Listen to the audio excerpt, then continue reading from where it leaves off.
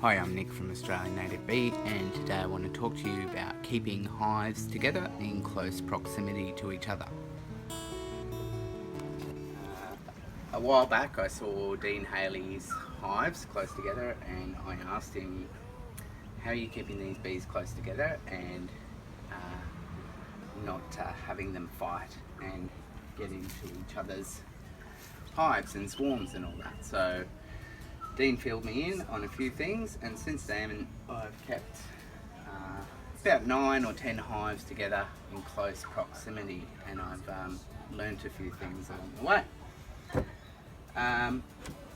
One of the things I want to show you is how to actually get your bees living together. Now this is a new box.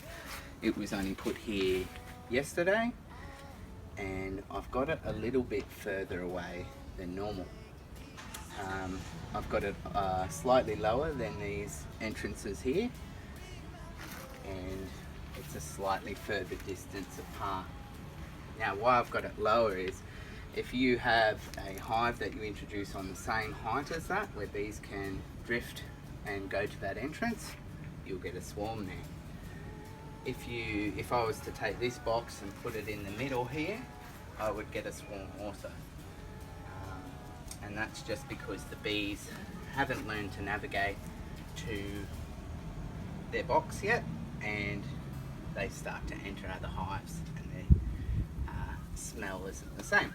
So how long will it take you to get that new hive up on that shelf with the others? if I really wanted it up there quick, I could probably do it within 3 days.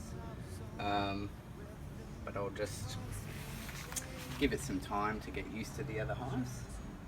Now, one of the ways that you can get bees close to each other, which was explained to me by Dean, is actually getting their scents to mix, because each hive has a unique pheromone released by the queen. That's how they know that they have invaders coming in and disturbing their hive.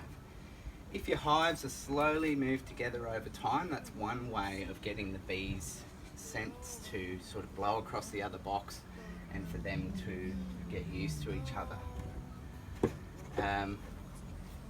A while ago I was asked a question about baby bees and how long callows or baby bees take to enter the workforce. So what I did is I actually opened these hives, 3 different hives in this bunch here, and sat there with a marker and marked baby bees. I worked out it was about 2 weeks till they entered the workforce, but something else that I found really interesting was I had marked one hive purple, one hive green, I think it was like this: purple, green and pink.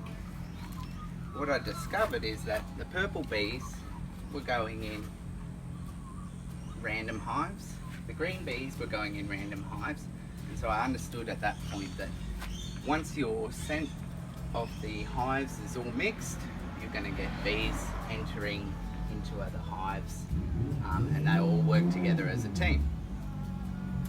One thing that's really important in this situation is that if you were to leave all your boxes together on a plank or a stack, is that you will get a box or a central part.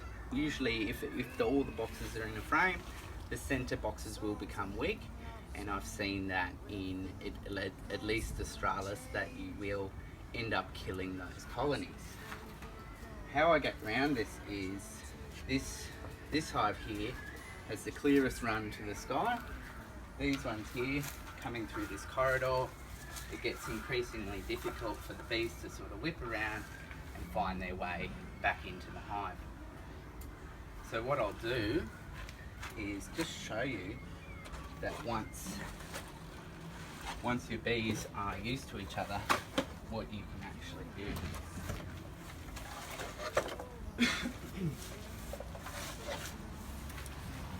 So once I feel that this box is full and heavy, what I'll actually do is swap this box. Now you might be thinking, oh no, the bees are going to fight, the bees are going to fight. No, they won't. So I'll leave this box here for a day, and then once it's been there for a day, being full, I'll move it again.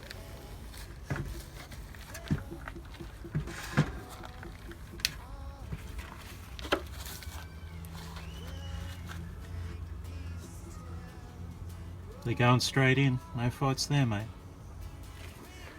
Now once the heavy box is moved down, you're rotating your boxes, and therefore your lightest box is going to end up here, and the boxes that are full are going to end up down the other end. And it doesn't matter where, once your bees are used to each other, it doesn't matter if I take this box down here.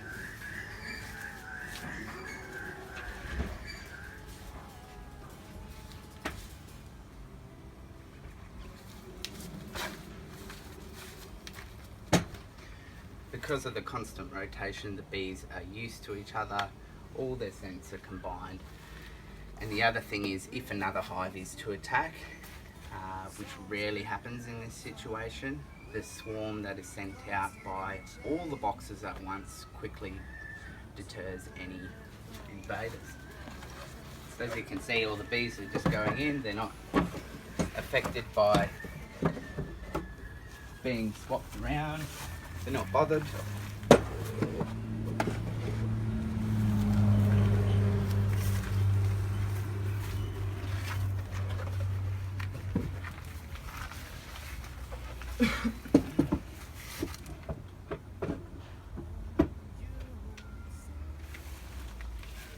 Are they all Carbonaria, Nick?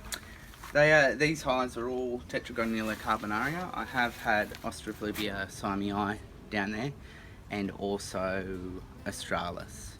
Swapping hives interspecies won't work. It causes problems. Hocking's eye particularly are aggressors and will cause problems with swarms. But they can live together as long as you're not trying to swap their workers. Yeah, that's right. You Okay. can't swap them. I had a Hocking's eye sitting on this brick here, and that's less than a metre Brick. there.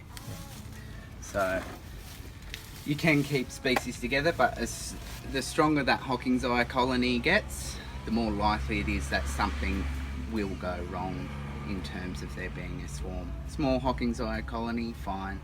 You're not going to have a problem. But, yeah. Got any questions?